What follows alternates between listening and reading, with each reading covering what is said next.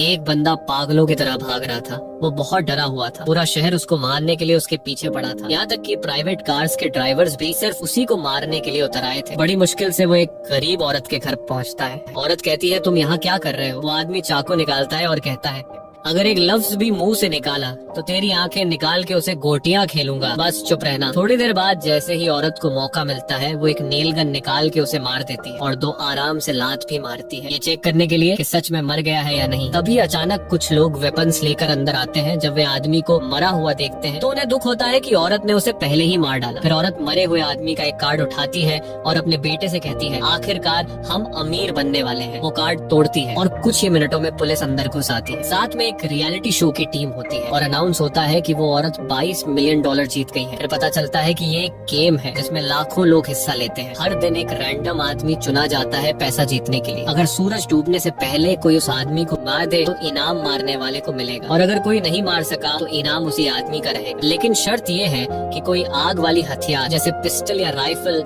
Use नहीं कर सकता। उसी दिन हमें एक लड़की दिखाई देती है जिसका नाम है कैटी। एक नाकाम एक्ट्रेस किस्मत आजमाने लॉस एंजलिस आई है ऑडिशंस के लिए। उसके साथ बैठी औरत कहती है, तुम बड़ी मासूम लगती हो, अपना ख्याल रखना बेटा, यहाँ लोग चोर हैं। कैटी कहती है, शुक्रिया नसीहत का, आप बहुत अच्छी लेडी हैं। औरत उसका हाथ पकड़ती है और कहती है, ऐसा मत कहो, तुम मेरी बेटी जैसी हो। चलो अब मैं यहाँ उतरती हूँ, गुड बाय। थोड़ी देर बाद कैटी जब अपनी कलाई देखती है तो वह शॉक हो जाती है कि उस औरत ने उसकी घड़ी चोरी कर ली। कहती है वो औरत चोर है। वो अपने ऑनलाइन बुक किए हुए कमरे में पहुँचती है। कमरे को देखकर वो परेशान हो जाती है क्योंकि जो कमरा मोबाइल पर उसने देखा था वह तो बिल्कुल अलग निकला। कमरे की मालकिन कहती है, हम अलग अलग फोटोज का इस्तेमाल करते हैं ताकि ग्राहक को फंसा सके। जैसे ही कैटी बेड पर बैठती है तो बेड नीचे गिर जाता है, लेकिन वो मजबूर थी क्योंकि इस कमरे का किराया सस्ता था। उसके बाद एला का मंगेतर आता है और एला से कहता है, देखा कल का इवेंट, कल लॉटरी का इनाम होगा $600 मिलियन।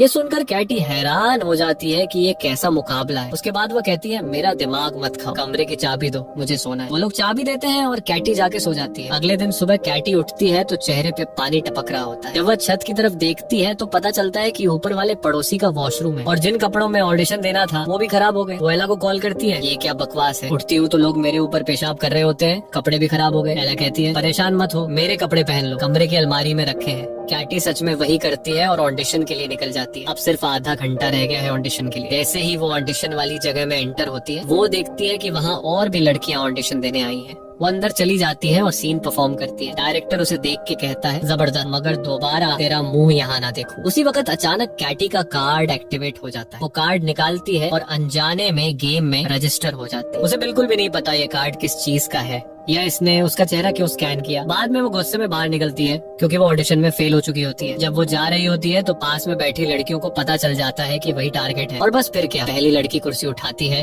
और सीधी अपनी दोस्त के सिर पर मारती है। दूसरी लड़की को एक जूता नजर आता है, वो फौरन उसे उठाती है और झपट कर मार देती है। कैटी चीख मार के भाग जाती है, लेकिन असली समस्या तो तब होती है जब वो एक कराटे ट्रेनिंग हॉल में छुपने के लिए घुस जाती है। अब जाहिर है सारे कराटेबाज लड़के उस पर टूट पड़ते हैं और वो बेचारी अकेली सबके बीच में पिट रही होती है। कप्तान कहता है, उसे सिर्फ मैं मारूंगा। फिर वो उसे उठाता है, घुमाता है और दीवार में दे मारता है, जिससे वो लड़कियों के जिम में गिर जाती है। जैसे ही सबको पता चलता है कि वही विनर है, सब उस पर चढ़ दौड़ते हैं। वो कराटे वाले भी पहुंच जाते हैं और सब लड़ रहे होते हैं कि उसे कौन मारेगा। आखिर में कोच उसे गर्दन से पकड़ता है और कहता है, उसे सिर्फ मैं मारूंगा। और जैसे ही वो मारने लगता है तो अचानक नोएल वहाँ आ जाता है और कोच के कंधे पे घूंसा मार के उसे दीवार में दे मारता है। फिर वो लड़की से कहता है, डरने की जरूरत नहीं, मैं बॉडीगार्ड हूँ और अगर तुम मुझे 10% इनाम में से दोगी तो मैं तुम्हें बचा लूंगा। उसने कहा, ठीक है भाई, तुम्हें पूरा इनाम भी दे दूंगी, बस बचा लो। नोएल उसे अपनी कमर से बेल्ट के जरिए बांध लेता है ताकि उसे बचा सके। फिर वह सारे दुश्मनों को मार गिराता है। अब एक कमजोर सा लड़का आता है। नोएल उसे कहता है, देख, अगर मैंने तुझे मारा तो मुझे ही तरस आ जाएगा, 3 तक गिनती करूंगा, अगर नहीं भागा तो तू गया। वह लड़का तुरंत बोला, अरे सर,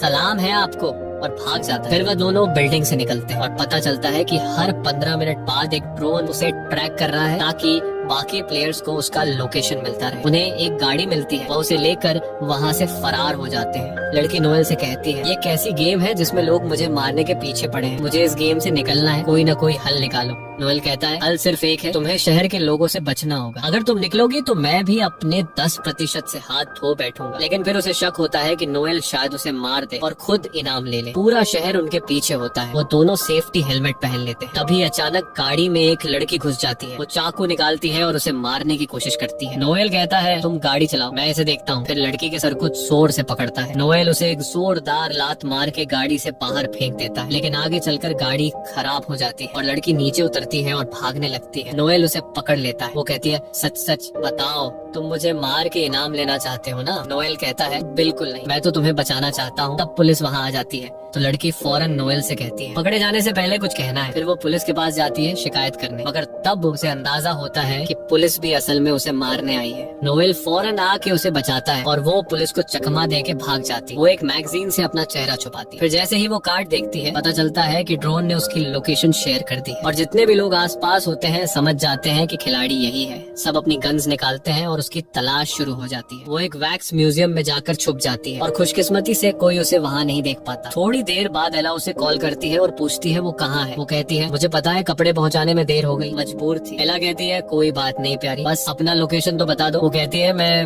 अभी म्यूजियम में हूँ, बस किसी को बताना मत। और अभी 1 मिनट भी नहीं गुजरा होता कि एला और डेजी आ जाते हैं। एला उसे मारने की कोशिश करती है। लड़की खुद को बचाने के लिए एक डंडे से वार करती है। वो दोनों से जान छुड़ाती है और फिर उन दोनों के पीछे म्यूजियम का दरवाजा बंद कर देती है। लोगों ने उसे देख लिया। वो फौरन बस से उतरते हैं ताकि उसे मार सके, लेकिन नोएल वहाँ पहुँच जाता है और उसे वहाँ से ले जाता है। कैटी कहती है मुझसे नाराज मत होना, मैं समझी तुम मुझे मार दोगे। नोएल कहता है अब ये नाराजगी का वक्त नहीं, 3 मिनट बाद ड्रोन फिर से लोकेशन देगा, सब नीचे आ जाएंगे। कैटी कहती है कि हमें कोई बम प्रूफ पनाहगाह चाहिए जहाँ हम छुप सके। नोएल कहता है मिल गई। वो लोग एक बंदे जैक के पास जाते हैं जिसके पास अपने घर में एक सीक्रेट शेल्टर होता है, लेकिन जैक समझता है कि ये लोग चोर हैं और घर लूटने आए हैं। नोएल उसे समझाता है भाई चोर दरवाजे से आते हैं क्या? इतने में पीछे से एक बस आ जाती है जो लोगों से भरी होती है। टाइम कम होता है तो वो लोग जैक को धमकी देकर अंदर घुस जाते हैं। उसे शेल्टर का पासवर्ड मांगते हैं और जैसे ही वो अंदर जाते हैं लोग घर पर हमला कर देते हैं। तो कैटी जैक को तीर मार देती है ताकि वो बेहोश हो जाए और किसी को पासवर्ड न बता सके। और अब नोएल और कैटी आपस में बात करने लगते हैं। कैटी अपनी नाकाम एक्टिंग की कहानी सुनाती है और कहती है कि अब मेरा कोई भविष्य नहीं। फिर वो नोएल से पूछती है कि तुम हमारी मदद क्यों कर रहे हो? नोएल कहता है कि मेरे लिए सबसे अहम है लोगों की जान बचाना, पैसे मेरे लिए कुछ मायने नहीं रखते। इतने में एला और डीजी भी वहाँ पहुँच चुके होते हैं। एला जैक को उठाती है और मारने लगती है ताकि वो होश में आए। फिर उसे उठाकर स्विमिंग पूल में फेंक देती है। वो होश में आ जाता है और एला उससे पासवर्ड ले लेती है। नोएल और कैटी अंदर बहुत डर जाते हैं। नोएल एक दोस्त को कॉल करता है और कहता है कि इन सब लोगों के मोबाइल हैक करके उड़ा दो। दोस्त वाकई फोन्स को हैक करता है और ब्लास्ट कर देता है। सब जख्मी हो जाते हैं। ये मौका देखकर नोएल और कैटी वहाँ से निकल जाते हैं, लेकिन नोएल देखता है कि एक आदमी जल रहा है। वो पानी डालता है और अपने पैर से आग बुझाने की कोशिश करता है। वो आदमी कहता है कि भाई आराम से, मेरी टांग तोड़ दी तुमने। बाहर निकलते ही उनका सामना एक बख्तरबंद गाड़ी और ट्रेन गार्ड्स से होता है। गार्ड्स कहते हैं कि कैटी हमारे साथ चलो वरना हम तुम्हारी लाश ही ले जाएंगे। कैटी कहती है कि ठीक है, लेकिन मेरा बॉडीगार्ड भी साथ जाएगा। गार्ड्स वहाँ जाते हैं और वो सब गाड़ी में बैठ जाते हैं। कैटी कंफ्यूज रहती है कि आखिर वो लोग जा कहाँ रहे हैं। गाड़ी उन्हें एक एजेंसी के हेडक्वार्टर ले जाती है, जहाँ उनकी मुलाकात लुइस से होती है जो एजेंसी का लीडर है। लुइस कहता है कि मैं हैरान हूँ कि तुम अब तक जिंदा कैसे हो। अक्सर लोग तो 15 मिनट में मर जाते हैं, लेकिन तुम सेफ हो। यहाँ तुम्हारी हिफाजत मेरी जिम्मेदारी है, लेकिन मुझे इनाम का 30% चाहिए। कैटी उसकी बात मान लेती है। फिर वे सब मेडिकल चेकअप के लिए क्लिनिक जाते हैं ताकि अपने जख्मों का इलाज करवा सके। इस दौरान कैटी नोएल को अपनी कहानी सुनाती है। वो कहती है मेरे पापा ने मुझे छोड़ दिया, मम्मी बीमार है, तभी से मैं कोई भी काम करती हूँ ताकि इलाज के पैसे जमा कर सकूँ। मैं यहाँ सिर्फ ऑडिशन देने आई थी, लेकिन वो भी फेल हो गए। नोएल कहता है मैं एक वक्त फौजी था और लुइस जो अभी बाहर है वो मेरी टीम में था। एक बार मैंने एक मिशन से इनकार कर दिया जिसकी वजह से पूरी टीम मर गई, बस लुइस बचा और तभी से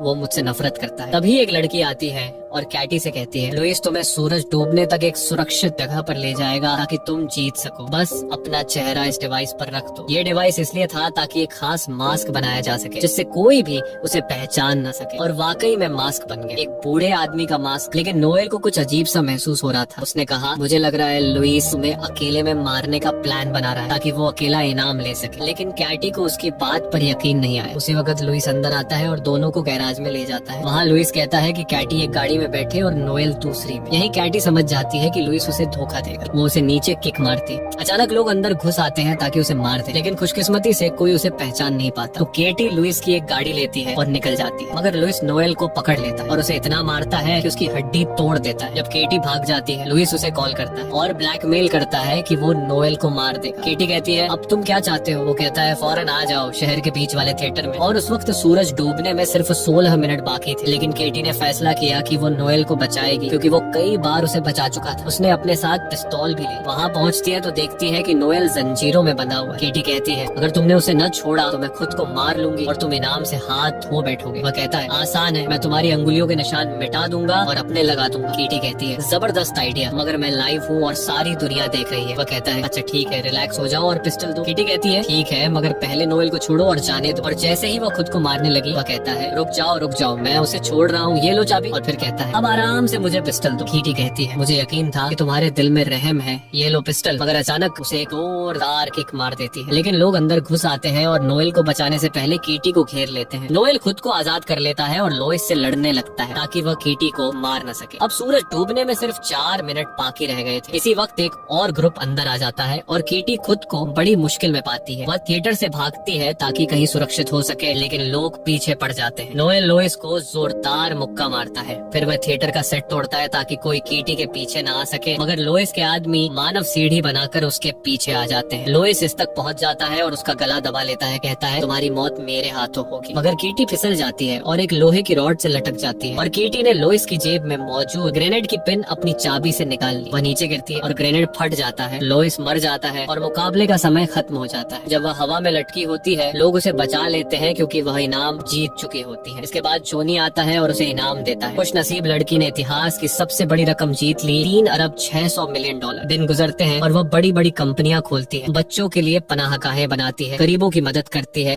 और सबसे खूबसूरत बात, उसने नोएल से शादी कर ली और उसके साथ खुशहाल जिंदगी बिताने लगी।